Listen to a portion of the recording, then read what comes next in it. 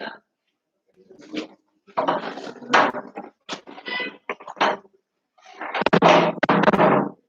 Student, आज की इस लाइव क्लास में आप सभी का स्वागत है। ये क्लास है बीएससी फर्स्ट ईयर के स्टूडेंट के लिए बॉटनी की। मैं सीमा श्रीवास्तव आप सभी का स्वागत करती हूँ। आज की इस लाइव क्लास में फर्स्ट पेपर की फर्स्ट यूनिट में जो टॉपिक आज लिया गया है वो है बैक्टीरियोफेज की लाइफ साइकिल। तो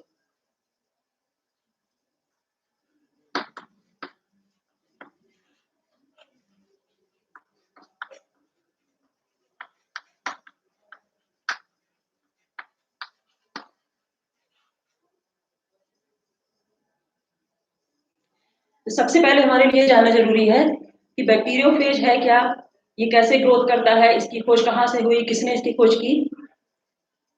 तो बैक्टीरियोफेज की खोज सर्वप्रथम F.W. ट्वार्ट ने 1915 में की और उन्होंने इसे टेडपोल लाइक स्ट्रक्चर बताया। ठीक इसके 2 साल बाद डी हार्डली नामक साइंटिस्ट थे, उन्होंने 1917 में इसका नॉमेनक्लेचर किया और उन्होंने इसको 4 भागों में डिवाइड किया। फर्स्ट था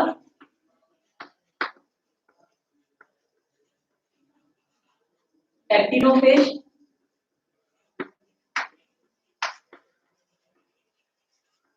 सेकंड है साइनोफेज,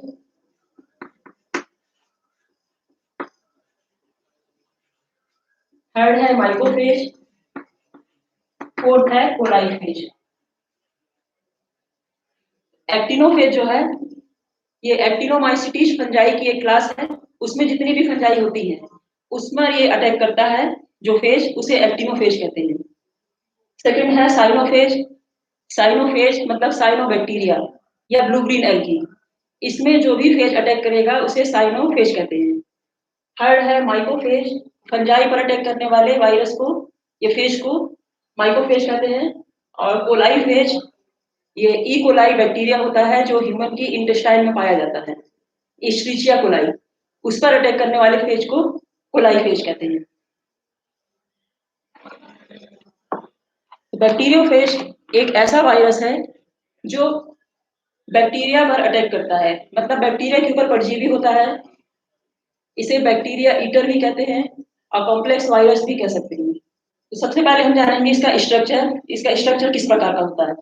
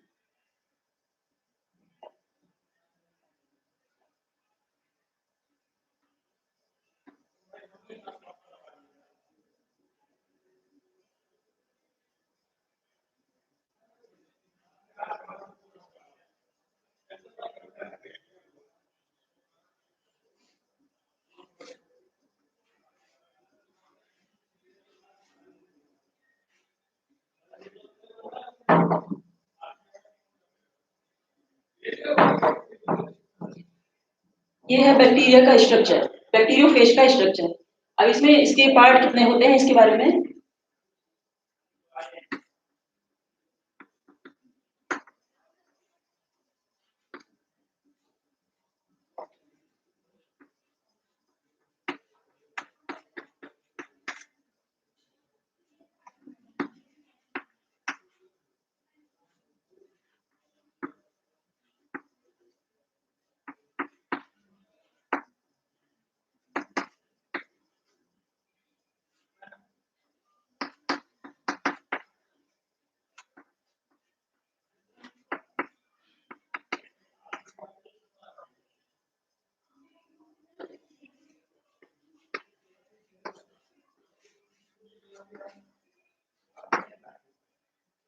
बैक्टीरियोफेज में 2 पार्ट पाए जाते हैं, हेड और टेल। हेड के अंतर्गत आता है प्रोटीन कोट, जो ये कैप्सिड होता है ये प्रोटीन का बना होता है। और इसके अंदर होता है कोर, मतलब न्यूक्लिक एसिड। तो बैक्टीरियोफेज में जो पाया जाता है वो है डीएनए।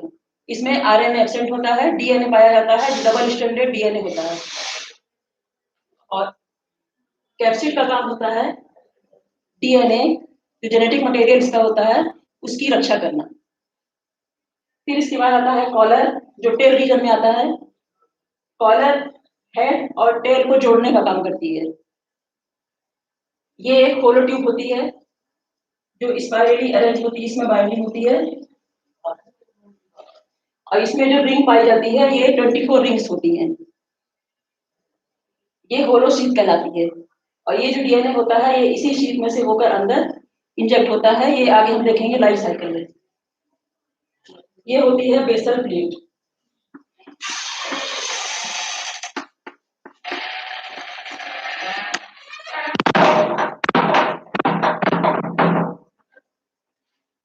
बेसल प्लेट जो है वो हेक्सागोनल होती है। हेक्सागोनल मतलब इसमें 6 पॉइंट होते हैं, इसमें 6 टेल फाइबर लगे होते हैं। और इसके नीचे स्पाइक होता है या टेलफिन, टेलफिन इसको बोल सकते हैं। इसका काम है ये अपने होस्ट को पहचानने का काम करता है, मतलब होस्ट डिटरमाइन करता है कि कौन सा होस्ट मेरे लिए सही है या गलत है। और अगर इसको लगता है स्पाइक होस्ट भी सही है तो उस पर ये चिपक जाता है और टेल फाइबर की सहायता से उस पर अटैच होकर इन्फेक्टेड कर देता है उसको।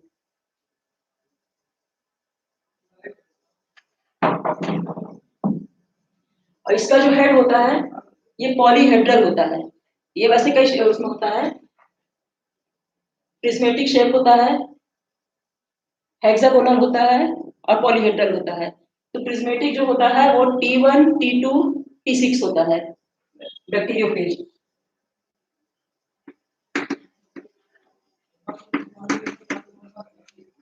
T1, T2, T6। और हेक्सागोनल जो होता है वो होता है T3 और T7। पॉलीहेड्रल जो होता है उसके अंदर न्यूक्लिक एसिड पाया जाता है, डीएनए। इसके बाद हम जानेंगे इसकी लाइफ साइकिल। लाइफ साइकिल इसकी कैसे होती है, ये किस तरह से ग्रोथ करता है, बैक्टीरियल सेल को किस तरह से इन्फेक्ट करता है। तो लाइफ साइकिल इसकी 2 टाइप की होती है।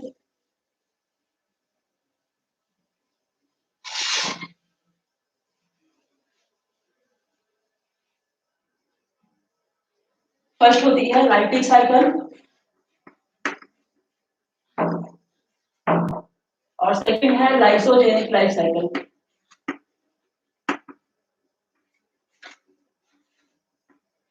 फर्स्ट हम देखेंगे लाइटिक साइकिल।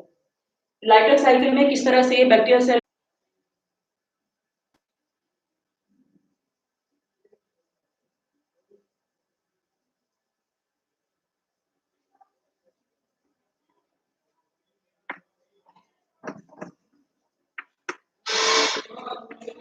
ये है प्रोटीन कोड, ये इसका जेनेटिक मटेरियल है डीएनए, ये टेल पिन होता है, ये है सरफेस ऑफ बैक्टीरियल सेल।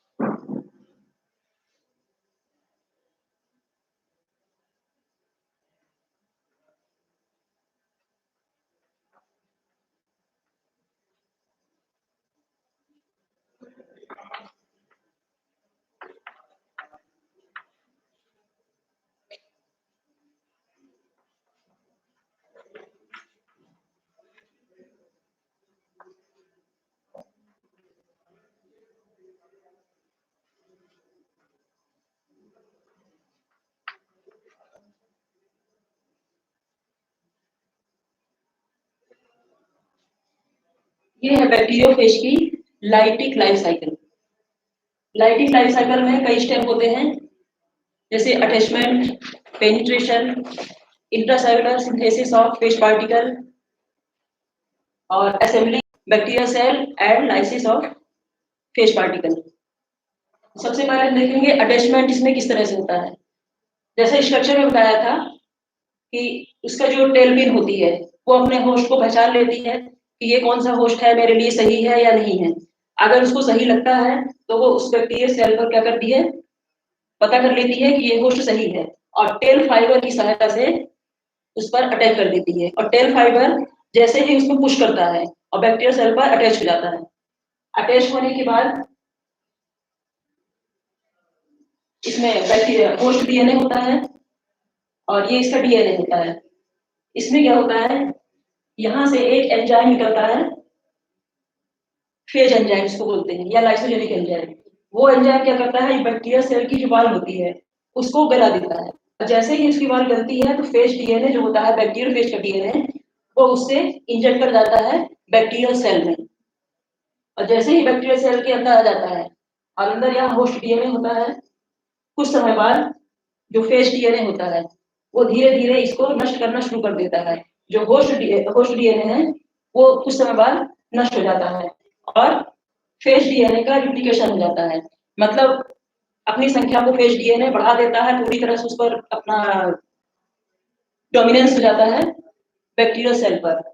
यहाँ रिप्लिकेशन हुआ और नए कैप्सिड बनना शुरू हो जाते हैं। कैप्सिड बनता है, टेल फाइबर बनना शुरू होता है, नए नए पार्टिकल बने और उसके बाद इसमें असेंबली बन जाती है। ये आपस में जुड़ना शुरू हो जाती है, संगठित हो जाते हैं, असेंबली बना लेते हैं। और असेंबली बनाने के बाद नए नए बनते जाते हैं बैक्टीरियल सेल में। और जब बहुत सारे हो जाते हैं तो अचानक से इसको प्रेशर पड़ेगा, बैक्टीरियल सेल फट जाती है। तो बैक्टीरियल सेल जैसे ही फट गई उसके बाद जो फेज पार्टिकल बना हुआ होता है वो वहां से बाहर निकल आता है। और जैसे ही बाहर निकलता है एक नए होस्ट की तलाश में चल देता है, मतलब वो नई बैक्टीरियल सेल को फिर इन्फेक्टेड कर देता है। तो इस तरह से हुई लाइटिक लाइफ साइकिल। और सेकंड है लाइसोजेनिक साइकिल।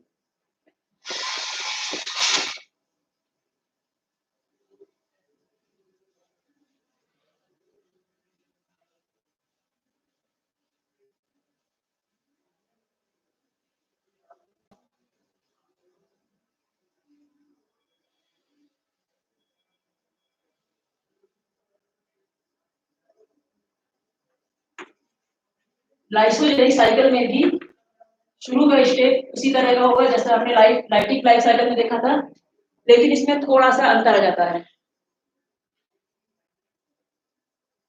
पूरे स्टेप वही नहीं होते हैं जो लाइटिक लाइफ साइकिल में होते हैं। तो अब हम देखते हैं कि लाइसोजेनिक लाइफ साइकिल किस तरह से होती है। सबसे पहले ये बैक्टीरियल सेल है जो डिसइंफेक्टेड है। ये बैक्टीरियल सेल का डीएनए है, जिसको बैक्टीरियल डीएनए या होस्ट डीएनए कह सकते हैं। और ये हो गई बैक्टीरियल सेल।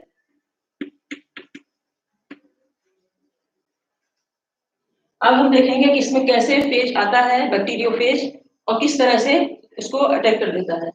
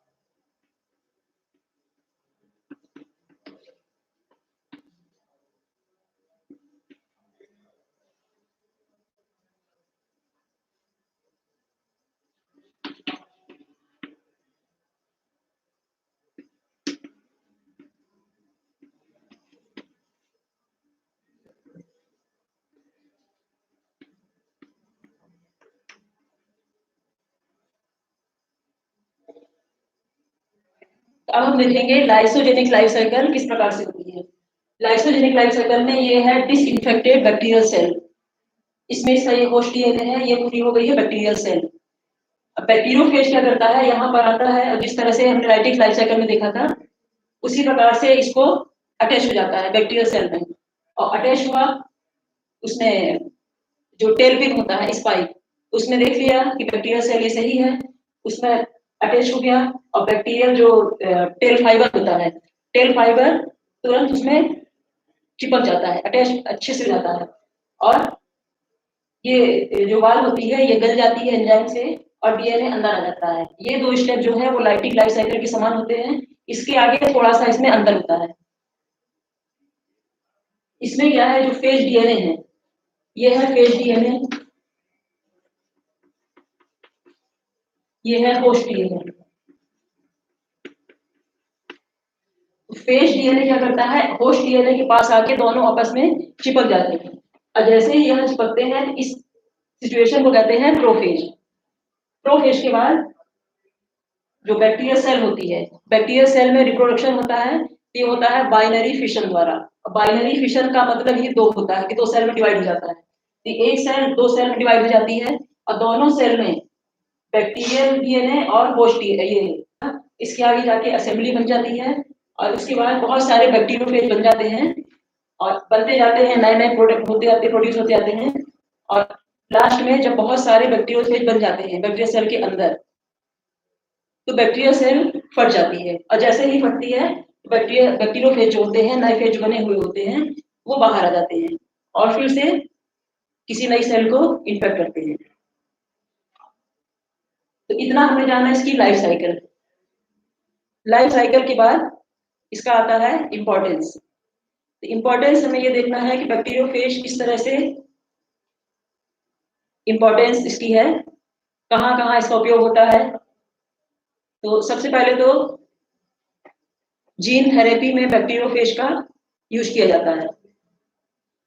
जीन थेरेपी के बाद जो वाटर प्यूरिफायर का भी काम करता है बैक्टीरियोफेज, और बैक्टीरिया में जो ट्रांसडक्शन की प्रोसेस होती है तो उसमें भी बैक्टीरियोफेज हेल्प करता है।